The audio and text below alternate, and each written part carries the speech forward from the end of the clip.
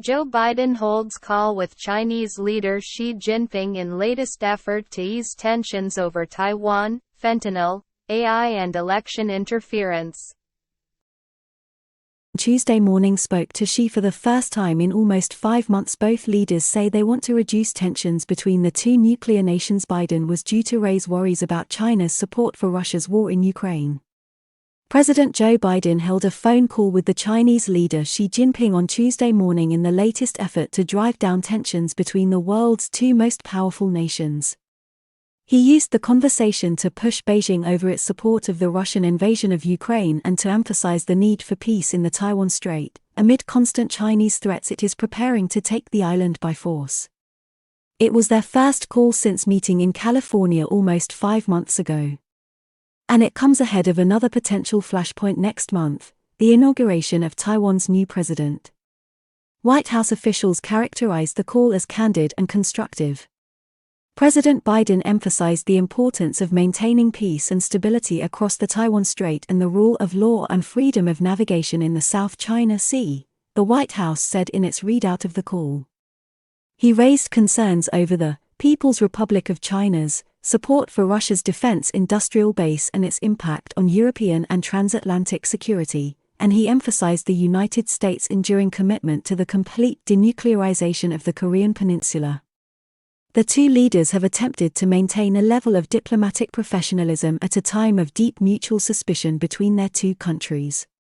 That mistrust deepened last year when a suspected Chinese surveillance balloon crossed the United States before being shot down by an American warplane.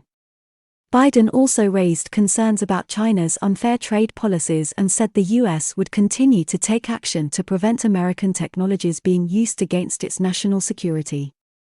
She told Biden that the two countries should adopt the principles of no clash, no confrontation for the year ahead.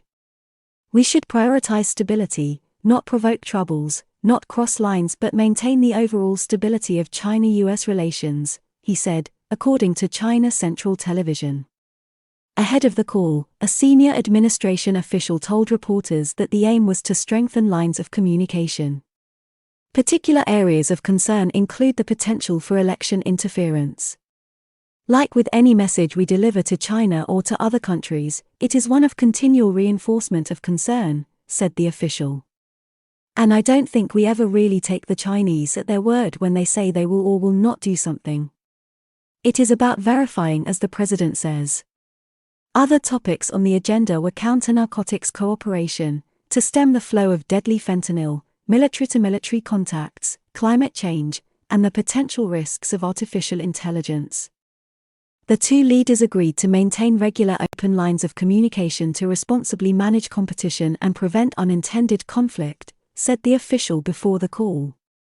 And this phone call really is just part of that ongoing effort.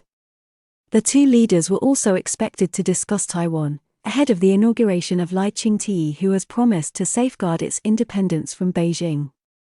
Although Biden was due to emphasize Washington's One China stance, acknowledging Beijing's claim to the island, he was also planning to warn off any attempts to take Taiwan by force. One issue that was not highlighted in advance was TikTok. The wildly popular app is in the sights of U.S. lawmakers who are considering a plan to ban it if its Chinese owners do sell its stakes. More high-level meetings are due to follow Tuesday's call. Treasury Secretary Janet Yellen will travel to China on Thursday and Secretary of State Antony Blinken has a trip in the works in the weeks ahead. Earlier this year, White House National Security Advisor Jake Sullivan said the November meeting had underscored the need for more contacts between senior officials from either side.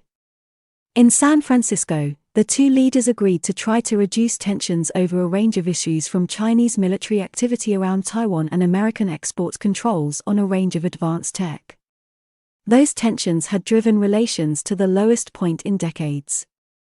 The region will be in the spotlight at the White House next week when Biden is due to host Philippines President Ferdinand Marcos Jr. and Japanese Prime Minister Fumio Kishida. Chinese influence is expected to be top of the agenda.